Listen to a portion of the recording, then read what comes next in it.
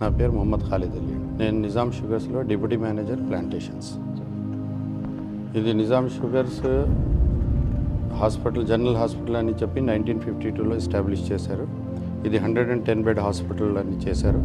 దాని తర్వాత సబ్సిక్వెంట్గా ఒక 26 బెడ్ హాస్పిటల్ సెగ్రిగేషన్ వార్డ్ అని చెప్పేసి చేశారు. అది కాకుండా టీబీ వార్డ్ అని చెప్పేసి సపరేట్ పెట్టారు. అది కాకుండా కూడా ఒకటి పౌల్ట్రీ షెడ్ కూడా పెట్టేసేసి ఓన్ పౌల్ట్రీ రేస్ చేసేసి ఎగ్స్ కూడా పేషెంట్స్కి సరఫరా చేసేవాడు.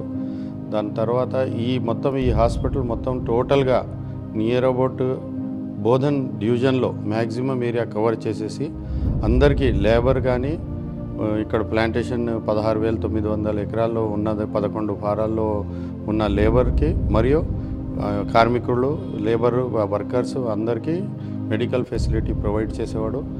అది దాంతోపాటు రైతుల దగ్గర కూడా ఏదైనా స్నేక్ బైట్ అయినా కానీ లేకుంటే వాళ్ళకి ఏదైనా ఆపరేషన్స్ ఉంటే కూడా ఇక్కడనే ఈ హాస్పిటల్లో వాళ్ళు వచ్చేసేవాళ్ళు. ఈ ఫెసిలిటీ, మెడికల్ ఫెసిలిటీ వాళ్ళు ఎక్స్టెండ్ అయింది దానికి వాళ్ళు ఉపయోగించుకోవాలి.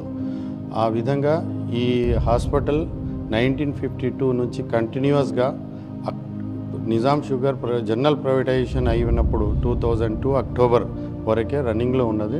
అక్టోబర్ 2002లో ఈ హాస్పిటల్ క్లోజ్ అయింది. దాని తర్వాత ఈ హాస్పిటల్కి లాక్ అండ్ కీలోనే ఉన్నది ఇప్పటి వరకే.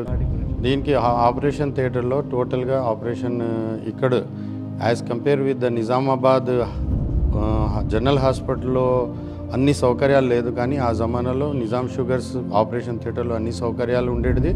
దీంట్లో మ్యాక్సిమం ఈవెన్ ట్యూబెక్టమీ కానీ వెసెక్టమీ కానీ ఆపరేషన్స్ కూడా గవర్నమెంట్ డాక్టర్స్ కూడా ఇక్కడ వచ్చేసి ఈ హాస్పిటల్లోనే చేసేవాడు. దీంట్లో ఆల్మోస్ట్ ఆల్ ఆపరేషన్ థియేటర్లో ఆల్ ఇన్స్ట్రుమెంట్స్ ఏదైనా ఉండేది almost all made in Germany ఉండేది.